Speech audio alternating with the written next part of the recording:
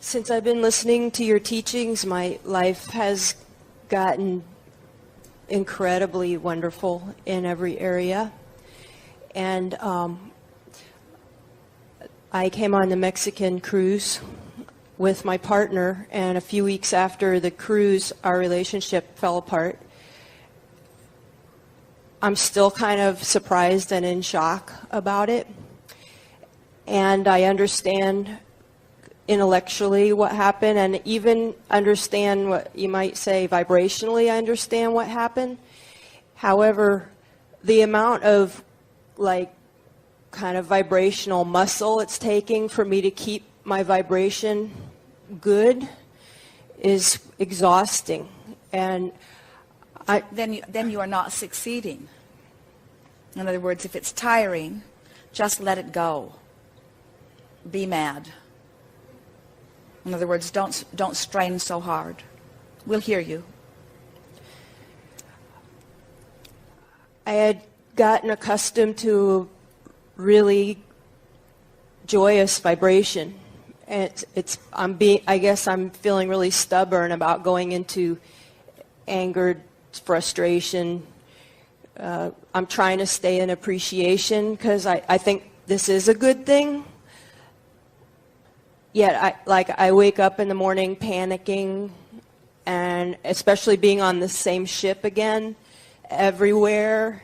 Even my relationship with you and the teachings is kind of still infused with that expectation of that other person, and it's just being hard to feel like I'm a contained individual, like there's almost like there's pieces of me missing that I'm having trouble getting back.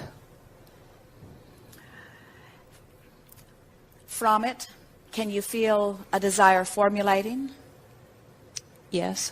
And is it a desire to get back together with that particular person? No. So how has the desire changed? In other words, what's new as a result of this contrasting situation?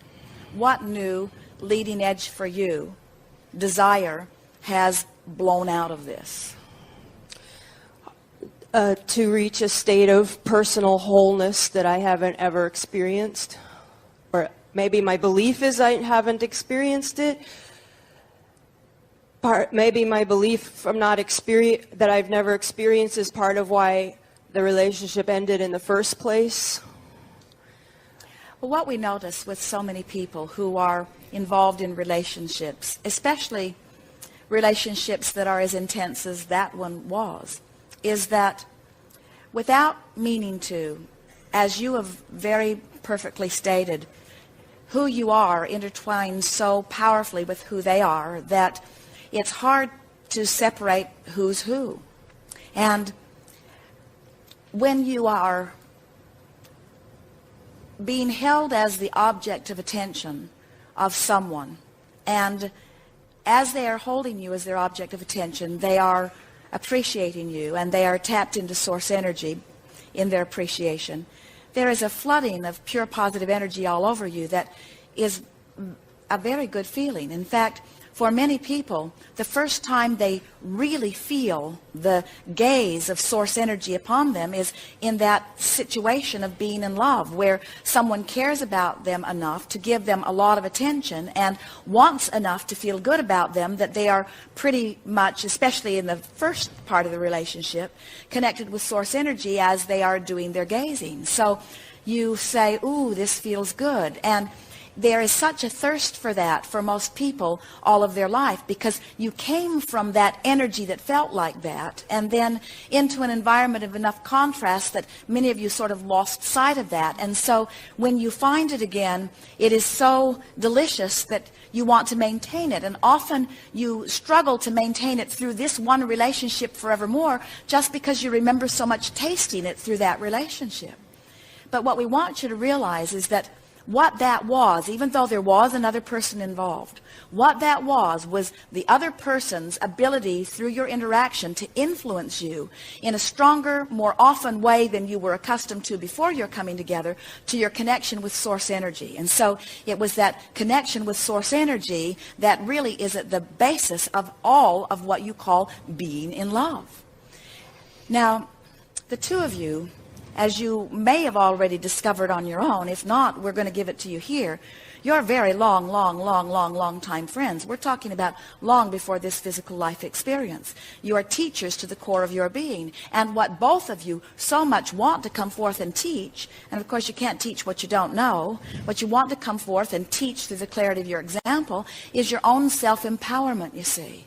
And so what could be better than to have an experience like that where you are sort of coaxed into alignment with Source. And it was a powerful coaxing for both of you. In other words, you got tapped in so well with one another that you lined up through this work and other to the very Source energy that is you. In other words, it was all of those things, those synchronistic things that happened, led you right back into vibrational alignment. And it was that alignment that you were reaching for.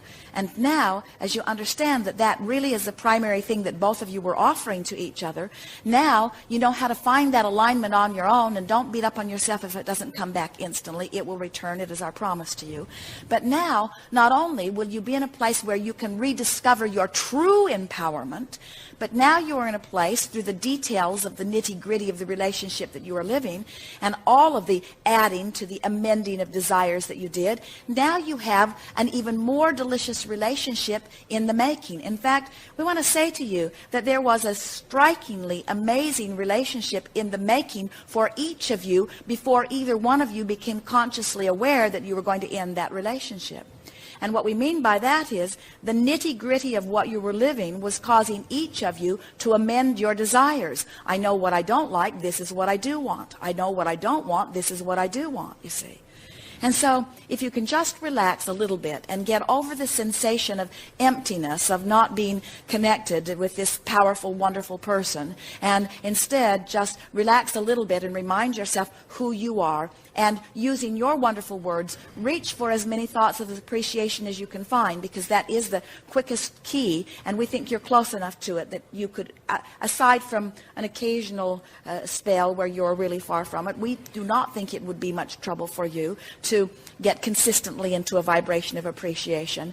And then what will happen as you do that? You'll relax back into vibrational alignment with the desires that you launched even during that relationship, and a relationship will flow into your experience, and when you meet, you will know. In other words, we know that it never feels good to someone who is feeling lonely and the missing of someone to say, don't worry, there's something else coming along. But don't worry, there's something else coming along. And it is so much more than what you had before, because it is made from what you had before. Now, there are many who worry, oh, does that mean that it's just going to be another and another and another? In other words, when will I find that one that is the end all for me? And we say, well, you are never complete, but it is our expectation that you will have another experience or two as you are fine-tuning who you really are. And we want so much for all of you who are reaching for relationships to never stand in your now with the vibrational offering, which is all that you have to offer in your powerful now, and say, universe, bring to me now that which will satisfy me forever and ever and ever and ever. You must allow yourself the leeway to change. And that's why, as we begin these gatherings and we say, have you reached the place where even though that which you are seeking has not yet manifested, that you are still joyful in the anticipation of it coming, because you're not ever going to get it done. Each person with whom you interact is going to give you another piece of who you are. It's going to add to the clarity of who you are and what you want. And you are an intense being. You came with powerful purpose. You didn't say, let it be easy. You didn't say, get it all cleaned up and then I'll come forth. Look at the characteristics of your life. You're a powerful teacher, wanting to teach in every way you can the message that I didn't come forth to be a square peg pounded into a round hole. I came forth to discover who I am as this ever-changing being, you see. And so it's going to take a powerful, deliberate, creative partner to keep up with the likes of you. And when you meet, you'll know.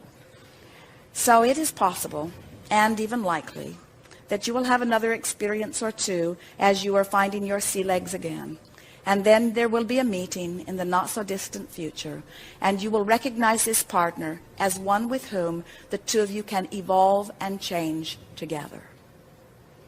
We will not say to you that your last relationship was not meant to be, but you can feel from your own sifting and sorting, that out of it came so much more clarification about who you are. And you are stubbornly, we know this because we know you so well, not someone who wants to subvert who you are to make peace with anyone. In other words, you have to be in an environment where you are allowed, if not by the other, at least by you, to be who you are, you see. And so that's what that was all about. Bless that relationship every day and thank that other for the clarity that it has brought to you, and then stand in anticipation of that which is to come. And before you know it, the missing will subside altogether, and the anticipation of that which is coming will replace it fully. Thank you. Yes, it is.